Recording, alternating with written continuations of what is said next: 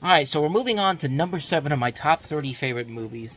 And this is one of those times where, in the top 10, where I'm going to cheat by putting a trilogy in my list. And honestly, in both cases, it's very hard to choose which one of these films I like. I like one film overall, but I just like all three of these films together, that I had to put them together into one. So, number 7 of my all-time favorite movies are the Back to the Future trilogy. So, seeing as we have 3 films to talk about here, we have a lot to get to, so let's just go through each film plot by plot. Of course, in the original Back to the Future, you have Marty McFly, played by Michael J. Fox, who's accidentally sent back into time using his friend Doc Brown's DeLorean, Doc Brown being played by Christopher Lloyd, and he's trying to run away from Libyan nationalists, in which Doc took some of their plutonium to get the time machine to work. Marty ends up in 1955 at the time when his parents, George and Lorraine, played by Crispin Glover and Leah Thompson, were his age and in high school. He accidentally screws up with his parents' meeting to the point where his mother ends up falling for him, and he's put his siblings' existence, including himself, in jeopardy. So Marty has to not only get his parents back together, but also get the time machine working so he can be sent back to home through the clock tower's lightning strike that caused the clock to stop working. He does get back, only to have Doc return to tell him that he needs to go back to the future with him. Which leads us into Back to the Future Part 2. Which starts off with Marty and Doc traveling to 2015 to save Marty's kids from prison after Doc finds out that his kids will be arrested by something that happens with Biff's future son Griff.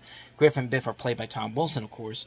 They succeed, but Marty creates a problem where he buys a sports almanac in the future, and it gets found by the older Biff, who uses the time machine to take the almanac back to the past in 1955 to give the book to his younger self, thus creating an alternate 1985 in which Lorraine is now married to Biff, and Marty's father, now played by Jeffrey Weissman, was shot and killed.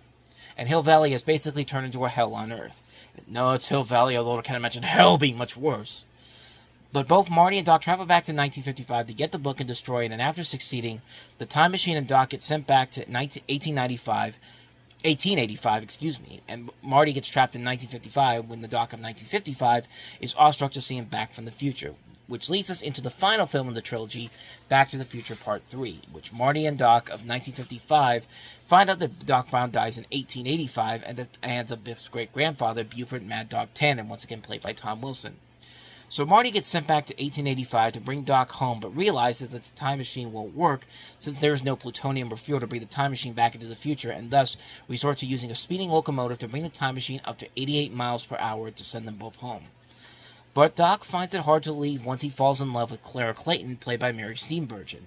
Once Marty gets back home, Doc's request for the time machine is fulfilled, and when it lands on a train track and the train destroys the time machine. But Doc creates a time machine out of a train, returning to the past to give Marty a final gift, and to tell him and his girlfriend Jennifer, played in the original film by Claudia Wells and Elizabeth Shue in the sequels, that the future is what they make it out to be. So really, what puts the Back to the Future trilogy as this great series of films? Well, several things can lead to that theory, starting, of course, with the story.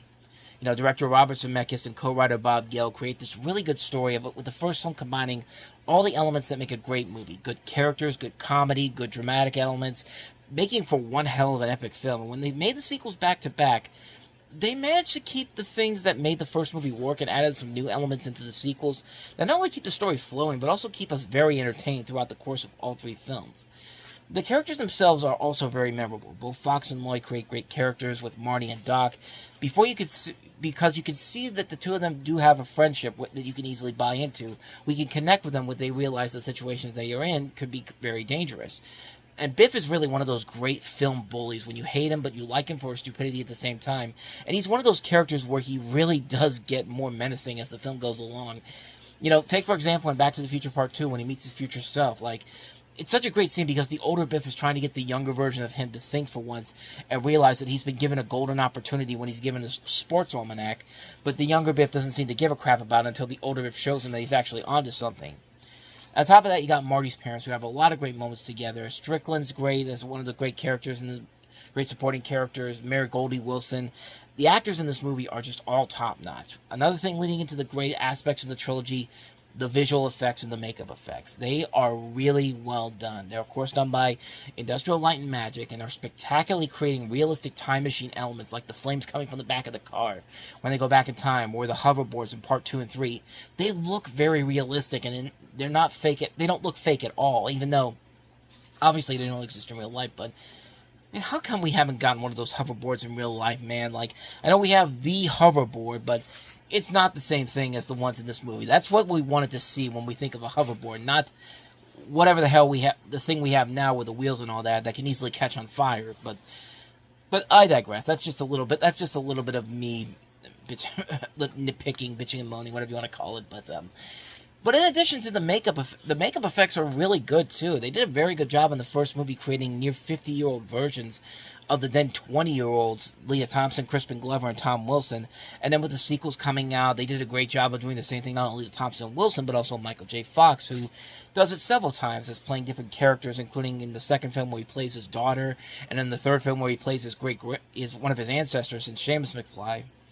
The music by Alan Silvestri is top-notch. I mean, the soundtrack of songs in this movie is fantastic. Huey Lewis and the News alone, but that music, theme song for Back to the Future, but man, the most epic theme song ever. It's like a mini-movie in its own merits. And Alan Silvestri, he's one of my favorite composers of all time. He does a fantastic job of not only making a kick-ass theme song, but also an epic soundtrack, much like he would do with Who Framed Roger Rabbit, The Avengers, and Avengers Endgame, which I think Avengers Endgame, the scene where Tony Stark's funeral happens, like that music, that's one of my favorite compositions from him. That's right up there with the Back to the Future music. I mean, he's one of the greatest composers we've ever had. He's well up there with guys like John Williams and Hans Zimmer, like Michael Giacchino, just some of my favorite composers of all time.